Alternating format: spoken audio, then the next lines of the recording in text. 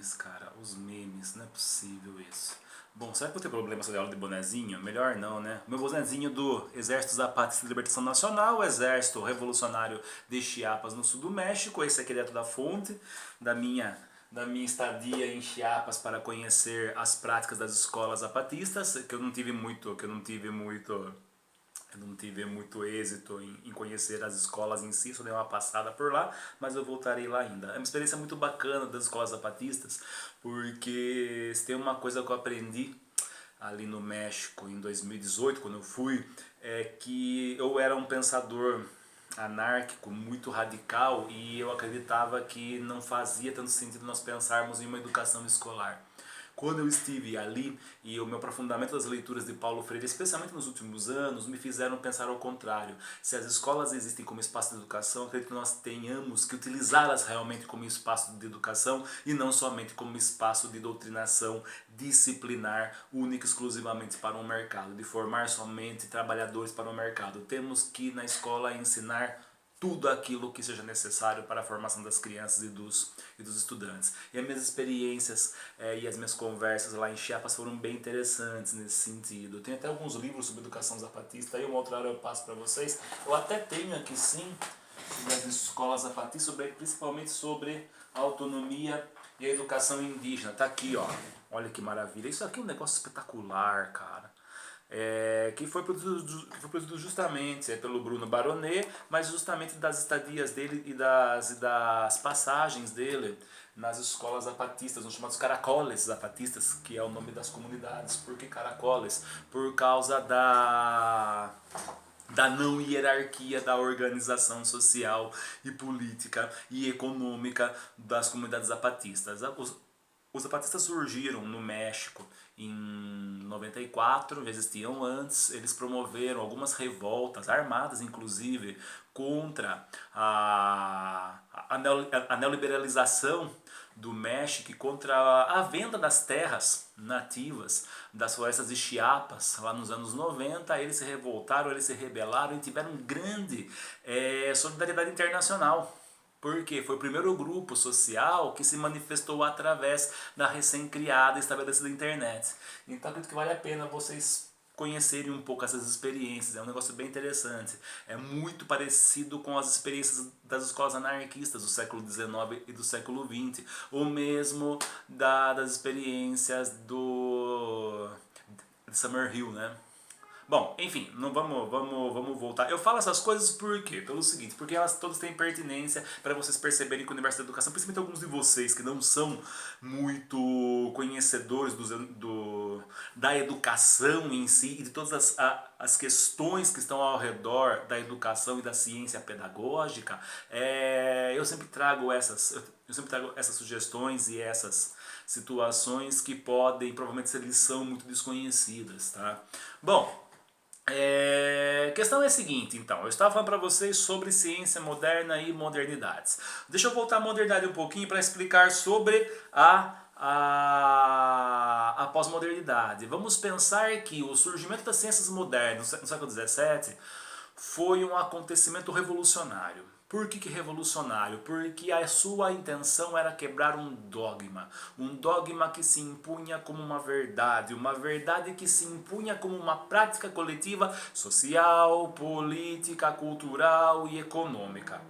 Quando essa ciência moderna ela começa a se infiltrar nas faculdades, de forma a tornar as faculdades muito mais instituições científicas do que teológicas e formar muito mais pesquisadores independentes da perspectiva teológica do que formar teólogos, seminaristas, padres, enfim, você tem um processo revolucionário. Você tem um processo de transformação brutal do pensamento. Por quê? Porque a ciência moderna ela vai trocar uma verdade por outra. Não que aquela verdade religiosa deixe de existir, mas ela não é mais capaz de explicar sozinha o mundo. Então a ciência moderna, qual que é a grande questão da ciência moderna em relação ao pensamento religioso da Idade Média? É que a ciência moderna ela queria a toda forma destruir esse conhecimento teológico. Tá? E o iluminismo, que é um momento muito muito intenso de intensificação dessa prática racional, lógica moderna, esse iluminismo ele vai combater com uma violência tremenda as perspectivas religiosas da Idade Média. E quando esse iluminismo, então, no século XIX, vai dar voz e vai ser intensificado e radicalizado pelos pensamentos socialistas, em especial do socialismo científico do Marx e do Engels, e do pensamento socialista libertário dos anarquistas, que vão levar mais adiante ainda, porque eles vão misturar a ciência a uma prática de destruição do Estado e do capital, que também era a intenção do Marx, mas com um pezinho no freio, e os anarquistas eles vão promover essa radicalização do rompimento com o pensamento teológico, dizendo que o pensamento capitalista e o pensamento estatal são praticamente a mesma coisa que o pensamento teológico. Então, essa é uma ruptura que vai se intensificando. Vai se intensificando, se tornando muito dicotômica em relação àquilo que era chamado de ciência medieval. Ciência, conhecimento teológico, ciência também, já que o termo ciência foi apropriado. Isso é uma outra coisa também que vocês precisam entender no discurso. Quando eu quero conhecer sobre Deus, saber a verdade sobre Deus, eu estou tomando ciência sobre Deus. Quando eu quero saber sobre o mundo, saber sobre o movimento, saber sobre física, saber sobre geologia, estou tomando ciência desses fenômenos. Só que a ciência moderna ela se apropriou desse conhecimento. E ela falou, a ciência sou eu.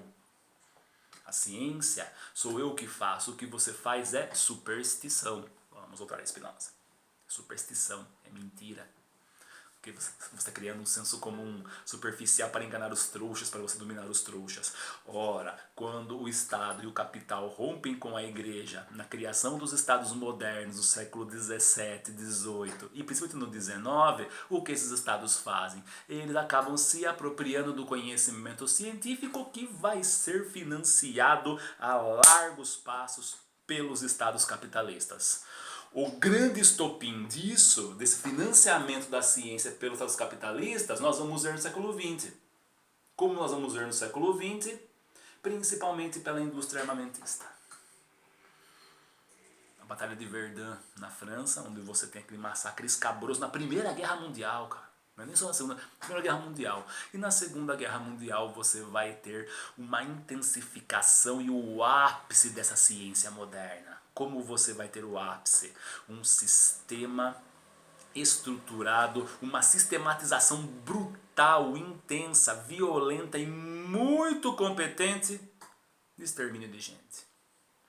Aí eu vou lembrar, eu não sou muito fã dos últimos textos do Zygmunt Bauman, mas o Bauman ele tem um livro do qual eu gosto bastante, que é lá da época, antes dele ser esse grande autor de cabeceira de muita gente aí, chamado Modernidade e Holocausto, onde ele vai fazer uma discussão muito apropriada sobre como que a modernidade ela chega ao seu ápice com o Holocausto, porque todas as práticas racionais, todas as práticas lógicas e científicas, elas são utilizadas no genocídio, não somente dos judeus, mas de todos os inimigos dos nazistas. Campo de concentração, nós temos um livro interessantíssimo chamado IBM e o Holocausto, onde a IBM ela tinha cálculos específicos de quantas pessoas haviam sido mortas, da quantidade de pessoas que poderiam ser mortas se tais práticas pudessem ser estabelecidas. É um negócio escabroso, mas é justamente o ápice da ciência moderna, e não só o nazismo. Tá? No outro lado você tem também uma intensificação dessa ciência lógica a partir das exatas, especialmente da física e da química, que é a construção da bomba atômica, que é uma destruição ainda mais acelerada, mais rápida e mais eficiente do que Hiroshima e Nagasaki.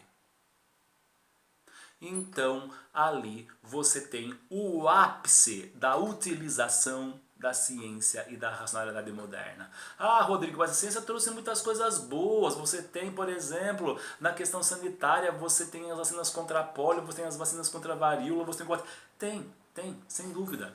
Mas nós temos que pensar o seguinte, aliás, também temos a questão da revolução agrícola, que promoveu uma ampliação da produção agrícola a partir do grande câncer que é gerado para nós em relação à utilização de agrotóxicos. Mas o que começou a chamar a atenção dos pensadores da ciência já lá na Primeira Guerra Mundial. Aliás, muita gente começou a pensar isso nas guerras napoleônicas ou na Guerra Franco-Prussiana de 1870.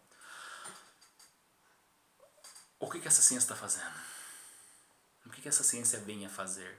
O que essa ciência a qual nós damos o status de Deus, por ser a única verdade, o que nós estamos fazendo com ela e a partir dela? E essa ciência passa a se transformar em um conhecimento triste, passa a se transformar em um conhecimento muito mais pesaroso do que alegre. É aí que o texto da Paula Henning vai evocar justamente o quê? Nietzsche e a ideia de ciência alegre, de Gaia Ciência, da ciência feliz. O que seria essa ciência feliz? É justamente nós tentarmos descobrir de nós mesmos os processos que nos constituem e como nós conseguimos, a partir desses processos, nos transformarmos naquilo que o Nietzsche vai chamar de super-homem. O super-homem, ele não é o super-homem ariano que o Hitler, ao arrancar umas páginas do texto da vontade de potência do Nietzsche, ao rasgar algumas páginas e só deixar algumas páginas que vão dizer que o homem é superior, que o homem é isso, o homem é aquilo, vai enganar os soldados alemães durante a Segunda Guerra Mundial. O Nietzsche, ele foi deturpado pelo nazismo. O Nietzsche não queria falar nada daquilo que foi falado, que ele falou sobre a superioridade ou sobre a criação do super-homem. O super-homem nietzschiano não é o super-homem nazista, do homem superior, forte, mas não, o super-homem nietzschiano é aquele que conhece a si próprio. Por quê? Porque ele entende os seus processos de construção e como ele pode se levar a se construir a si próprio acima dos valores da cultura, acima dos valores de uma ciência que essa própria cultura criou. Uma cultura que é antissemita, estatal, que ama a religião, que ama o capitalismo, que ama o dogmatismo, inclusive. E aí que o Nietzsche vai fazer a crítica ao marxismo e ao anarquismo, porque ele considera também morais de rebanho. Então o que ele quer? Justamente a fuga desses dogmas tristes, a partir da construção de uma Gaia ciência, de uma Gaia feliz. O Nietzsche, com esse pontapézinho, o que ele vai fazer? Ele também vai promover se não um despertar, vamos por despertar, uma aurora, que é outro livro do Nietzsche também, vai despertar uma aurora no que diz respeito à contestação das ciências modernas. O que está se fazendo? Tudo bem? Uma ciência moderna que ela é baseada justamente no encadeamento racional, lógico e causal. É uma ciência que se quer dona da verdade sobre o mundo e até sobre o fora dele. E é uma ciência que troca Deus pelo resultado da pesquisa. E assim é uma ciência que estabelece uma prática muito bem definida, um caminho muito bem definido a ser pesquisado e um encadeamento do pensamento que é absurdamente irrepreensível. É essa ciência que vai trocar, que vai substituir a verdade medieval do século 14, 13, 11 da Idade Média. Tá bem claro isso? Tá bem claro? Ciências modernas, elas são um suporte, elas são uma pirâmide. Uma pirâmide grossa, aliás, mais do que pirâmide. As ciências modernas, elas são uma árvore com uma raiz muito bem fincada nos pensadores clássicos que vai subir e vai distribuir galhos de conhecimento e cada um dos galinhos é uma especificidade diferente. Mas para ser cientista é necessário que você conheça aquela base. Mas cara pálida, com a quantidade enorme de conhecimentos que nós temos hoje, eu ter que conhecer aquela base totalmente, até conhecer todas as especificidades, eu não tenho tempo nessa vida. Eu, como cientista, não tenho tempo nessa vida. É por isso que eu vou voltar naquilo que eu falei. Nós acabamos sendo especialistas. Qual que é a grande falha? Nós somos especialistas sem saber nada da base. Então como que a gente resolve essa situação?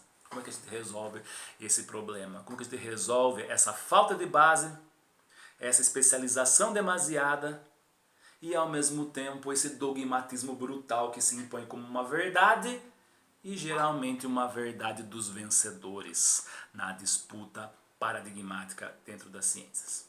Já volto.